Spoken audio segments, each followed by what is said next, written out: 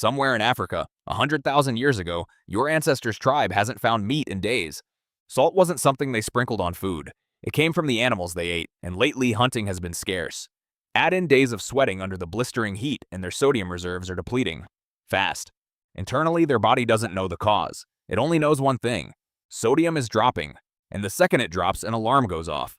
Kidneys, adrenal glands, blood vessels, and a chain of hormones all snap into motion at once, racing to hold on to every last trace of salt left in the body. This system was never built for a permanent shortage. It was built for emergencies, a crisis that passes, a famine that ends in feast. Sodium levels recover, and the alarm shuts off. Humans didn't start mining salt until about 10,000 years ago. Before that, sodium scarcity came and went. A hard stretch without meat, an illness, a long trek under the sun. The alarm would switch on, hold the line until things recovered, then switch back off. That system is still inside you today. For decades, scientists studying this system focused almost entirely on one thing: blood pressure. Then, across dozens of clinical trials, the data began to lead somewhere nobody expected: blood sugar and insulin resistance. Salt and sugar don't have anything in common. Not in taste, not in how we crave them, not in chemical structure. But inside your body, the two of them were connected, both quietly feeding the same disease: type 2 diabetes. Somewhere between your kidneys and your pancreas, there's a conversation happening.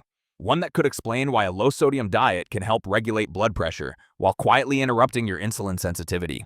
By the end of this video, you'll understand exactly how a mineral built for survival and a hormone built to manage sugar ended up wired into the same system. We'll break down the study that first surprised scientists, the mechanism connecting them, and what that really means for you if you're on a low-sodium diet today. It all starts in your kidneys. The renin-angiotensin-aldosterone system is the same emergency system your ancestors relied on during short, sudden drops in sodium, and it's still running inside you today.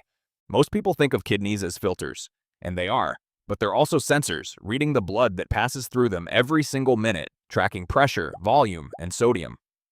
The moment sodium starts running low, your kidneys release an enzyme called renin. Renin is the first domino, and once it falls, the rest of the dominoes follow right behind.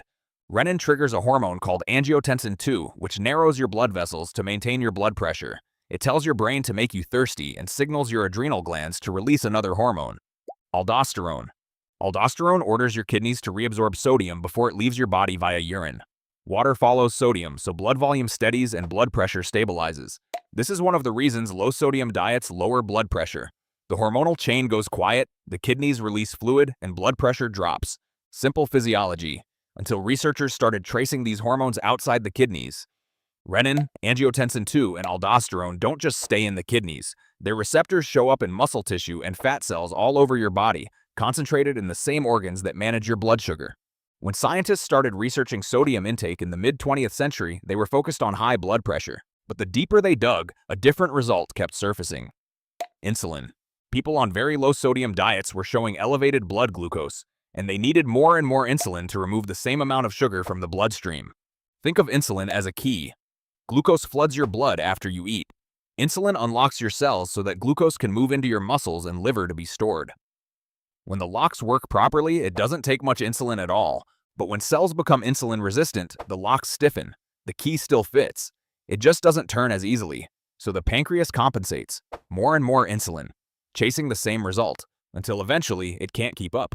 For decades, scientists pointed to the usual suspects behind insulin resistance: body fat, inactivity, genetics, chronic inflammation. All of that research still holds. But angiotensin II and aldosterone, the same hormones triggered by sodium restriction, have receptors sitting in those same tissues that insulin needs to reach. When those hormones spike, they interfere with the signaling pathway insulin depends on. Your body starts becoming resistant to insulin. It has a bigger problem to solve. Low sodium reads as a deadly threat. Blood sugar can wait. But then scientists found something even stranger. In 2014, researchers put healthy volunteers through a controlled crossover study, cycling them through a low-sodium diet and a high-sodium diet. Then they measured exactly how much insulin was produced in response to a glucose spike. They expected some effect on insulin resistance, but what they found was entirely different. When participants ate very little sodium, their pancreas started producing less insulin in response to glucose. So it wasn't a weaker response to the insulin being produced. There was less insulin being made at all. Scattered through your pancreas are tiny clusters of cells called beta cells. Think of them as security guards on constant watch for glucose. Every time you eat, they're monitoring your bloodstream. Glucose rises and they release insulin. Sodium restriction was changing how much insulin those beta cells released. This wasn't about insulin resistance anymore. Sodium was directly affecting glucose regulation at the source. And that's when researchers ran into something every physiologist eventually learns the hard way. No system in the body works in isolation. Your kidneys talk to your adrenal glands. Your adrenal glands talk to your blood vessels. Your blood vessels decide how nutrients reach your tissues. All of it shapes how much insulin your pancreas releases. It's not a collection of systems running side by side. It's a whole orchestra performing together. Adjust one instrument, even slightly, and every other musician instinctively responds. Less insulin means less control over blood sugar, and that's the exact mechanism behind type 2 diabetes. So if all of this is true, why does almost every major health organization still tell you to eat less salt? The answer isn't a conspiracy. It's the evidence, just not all of it pointing the same direction. Public health advice runs on the total weight of the data, and the link between sodium and blood pressure is solid. Cut sodium, and blood pressure drops for a lot of people, especially anyone already living with hypertension.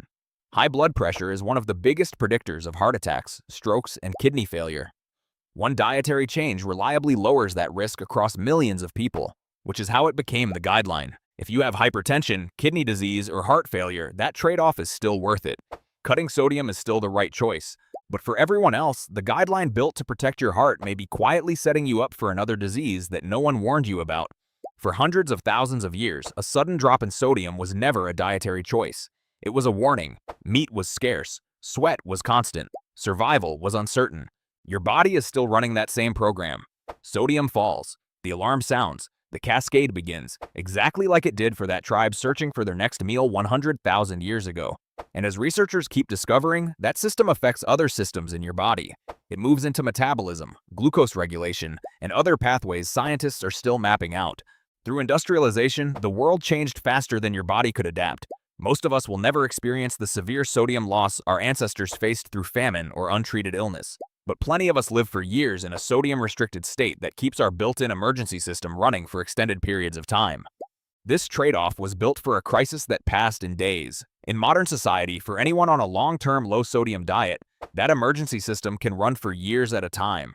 So the next time a low-sodium label catches your eye, you'll know the exact trade-off your body is making inside.